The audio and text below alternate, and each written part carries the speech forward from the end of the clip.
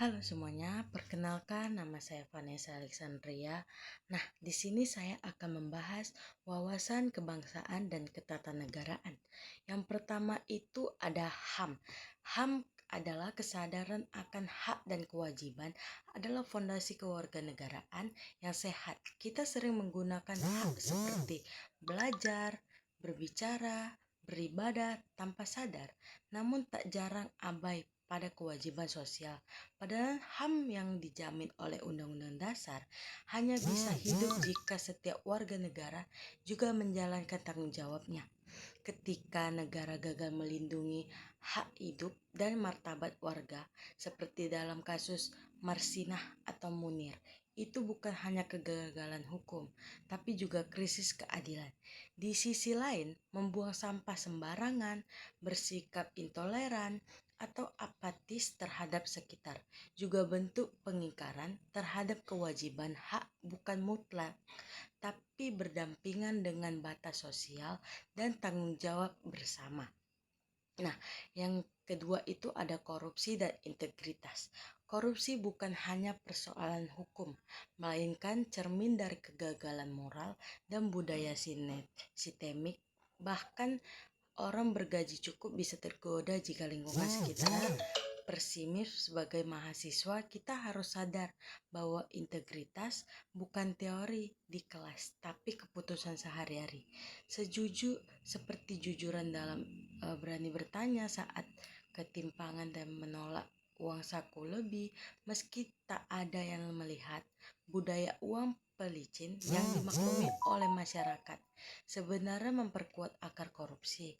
Hukum bisa menghukum, tapi hanya kesadaran dan keteladanan yang bisa mencegah. Nah, yang ketiga itu ada radikalisme dan terorisme. Radikalisme melukai bukan hanya tubuh, tapi juga rasa aman dan persatuan kita sebagai bangsa. Anak muda bisa terpapar karena mereka haus akan keadilan. Maka kehidupan dan kebijaksanaan, tapi idealisme tidak harus bermuara pada kekerasan. Perlu dibedakan antara keberanian, menyuarakan kebenaran, dan bersikap destruktif. Di era internet, literasi menjadi benteng penting agar tidak tersesat pada paham kebencian.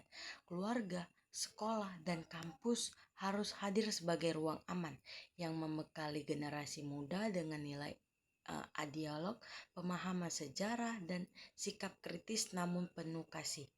Nah, yang keempat itu ada konstitusi 4 pilar, yaitu kebangsaan. Konstitusi bukan hanya kumpulan pasal, tapi pelindung hak dan pedoman hidup berbangsa.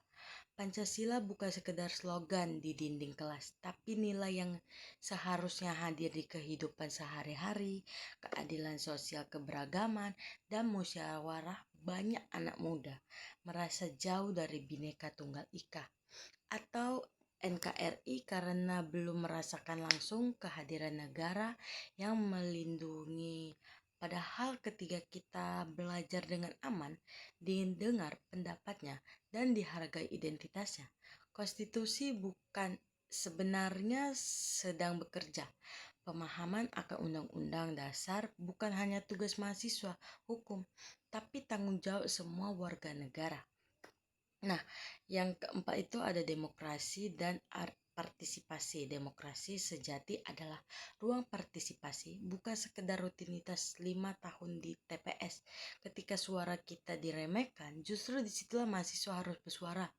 Apatisme memang bukan lahir dari kekecewaan, tapi diam tidak akan menyembuhkan apapun.